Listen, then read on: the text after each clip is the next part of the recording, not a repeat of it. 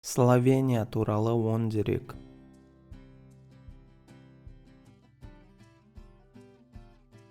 Словения. Ресми атауы Словения Республикасы. Орталық Еуропаның оңтүстігінде орналасқан Альпі маңы мемлекеті.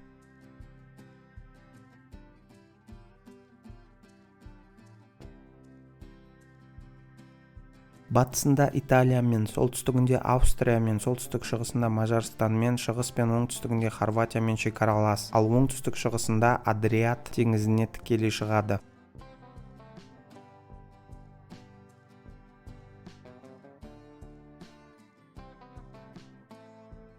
Мемлекеттің атауы словен халқының этнонимінен шыққан.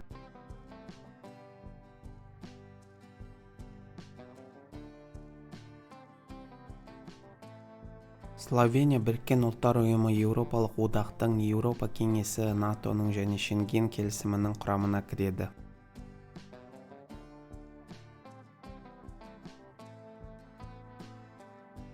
Словения жері негізінен таулы және орманды, 20.271 шаршы шақырымды алып жатыр.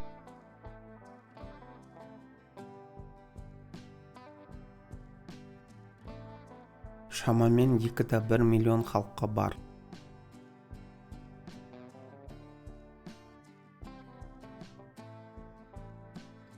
Словен тілі ресми тіл болып табылады. Кейбір аймақтық тілдер итальяндық, мажар тілдері.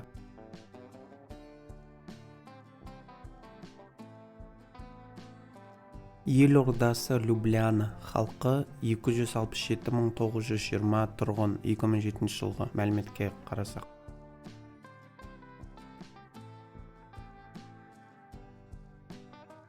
Тәуелсіздік күні 25 маусым 1991 жыл. Социалистік федеративтік Югославия республикасынан ажырады.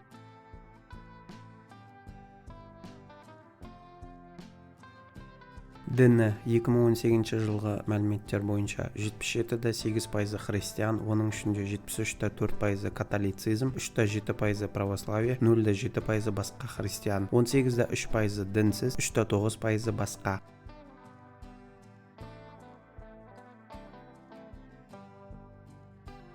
Назарларыңызға рахмет.